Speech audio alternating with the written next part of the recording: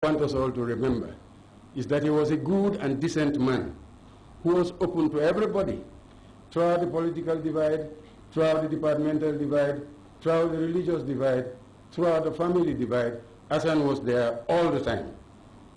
The Vice President and Minister of Women's Affairs, Her Excellency Ajah Dr. Aissatou Njie Seri, emphasized what she illustrated as a great loss not only to the Camara family, but to the entire Gambian populace. Madam Njie Seri consoled the family, reminding them of God's ultimate to which man can only succumb. We all can attest to the fact that the late Honorable Hassan Musa Camara played his part very well in this world until today that he lies here in state. Because he believed in what Shakespeare said, that the world is a stage and all men are merely players. He was aware of that and he played his role very well. But he also believed that this world is just a stage. We are all passing through it. We are all here as visitors and we are going eternally to the next world. And therefore I follow a previous speaker by quoting a poet, Grts, that said, "We shall all pass through this world but once. Therefore, if there be any kindness we can show, any good thing we can do, let us do it now. Let us not defer it or neglect it, for we shall not pass this way again." The corpse of the late Hassan Musa Camara was later taken to the King Fahad Mosque for prayers before he being finally laid to rest for the beginning of the journey which everybody shall endure. Allahu Akbar.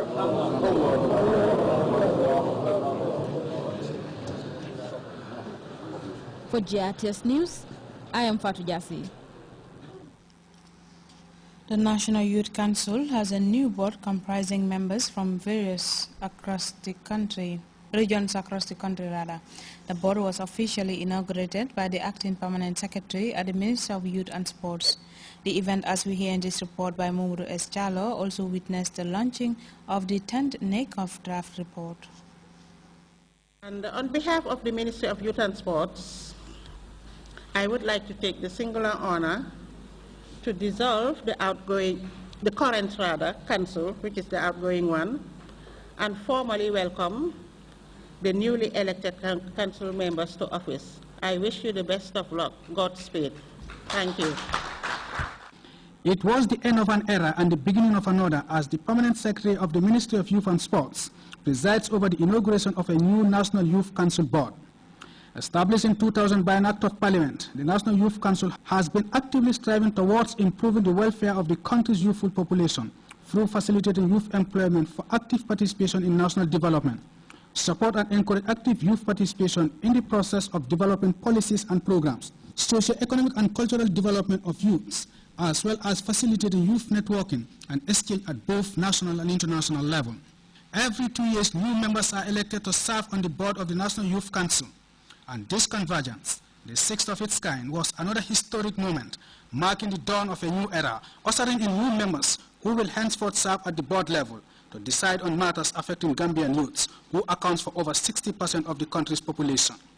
The new board comprised a member from each of the country's 7 regions at the board level, a female representative, the Director of Youth and Sports, and an executive secretary who heads the council secretariat. Some of the members retain their position from the outgoing board, whilst others are making a fresh entrance.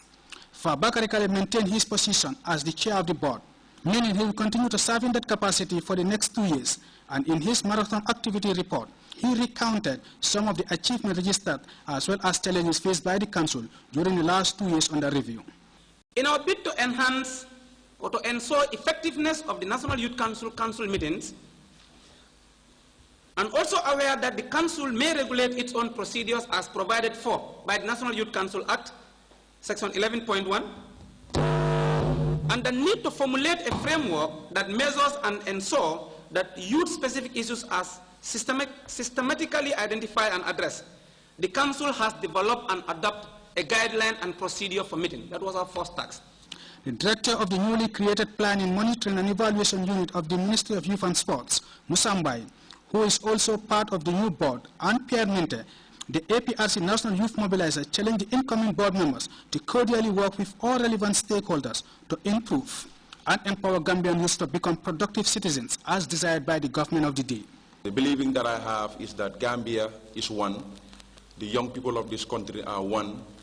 Despite our political affiliation, we all have the same mandate and the same right to develop this country as young people. The entire population of this country are really behind the National Youth Council and generally the young people of this country. So make no mistake, and like the President always say, and this is to the new council, do the right thing and fear no one. Representing the country's youths at the council comes with huge demands, but going by the acceptance speech of the female representative Amin Jai on behalf of her new colleagues, they are poised to make a difference. While the Gambia government has been investing in youths for sustainable development, more needs to be done if the country have a valuable future. Without well-educated, highly skilled, healthy and dedicated young people, the Gambia will be hard-pressed to achieve its sustainable development agendas. We need your partnership and support, especially from the private sector. Please provide us this so that we can achieve our goal as an executive. What we don't need is a youth-based sympathy, and sometimes the derogatory belief that young people are lazy and untrainable. Having now been officially unveiled as the new board members of the National Youth Council, they will now have to deliver on their promises. The event climaxed with the launching of the 10th NACOF draft report, which was held earlier this year in Bansan, Central River Region. In fact, the NACOF remains one of the biggest events on the National Youth and Sports calendar. Mohamed Jallo, Grts News. Commuters traveling to the interior of the country are set to experience the comfort of a new fleet of buses being introduced by the Gambia Transport Service Company. The new service provided by the company forms part of efforts to providing quality and efficient transport system for travelers. Rohibite has details in this report. Transportation is significant in every developing sector, and for a country like the Gambia, many people struggle to get to their workplaces and travel to other parts of the country. A new transport system has considerably come to ease the situation. The introduction of the Gambia Transport Service Company in the country, many are hopeful that the constraints as regards to the movement of people from one destination to the point is likely going to be a thing of the past. Few months after its installation, the institution, with its range of buses and services, will on Wednesday, 18 September, extend its operation from Banjul to the South Bank and as far as Basse. Expounding on their new services, Raymond Cisse, admin and HR manager, tells us the range of services they now offer and their rates. Our aim is basically, as you had rightly said, is to cover eventually the entire length and breadth of the Gambia. But we are going to start basically with the South Bank areas, covering areas like from Banjul to Jarosoma, Banjul to Kudang, Banjul to Bangsang, Basse, Brikamaba, Jamasora, and then back to Banjul. And so the tariff for Banjul to Jarosoma with our buses is $100. From Banjul to Kudang is $140. Banjul to Bansang would be $200. Banjul to Basse would be $220. Brikama to Basse would be $215. Basse to Bansang, $40. Basse to Brikamaba, $60. And from Basse to Jarosoma is $120. And then from Basse back to Banjul would be $220. Dilating on the comfort of the buses compared to other transport services, Cisse is optimistic that more and more people are going to join the bandwagon. I think that the difference would be that you would have a very, very nice, a very, very luxurious ride. As you know, the buses are new. They're in 100% shape.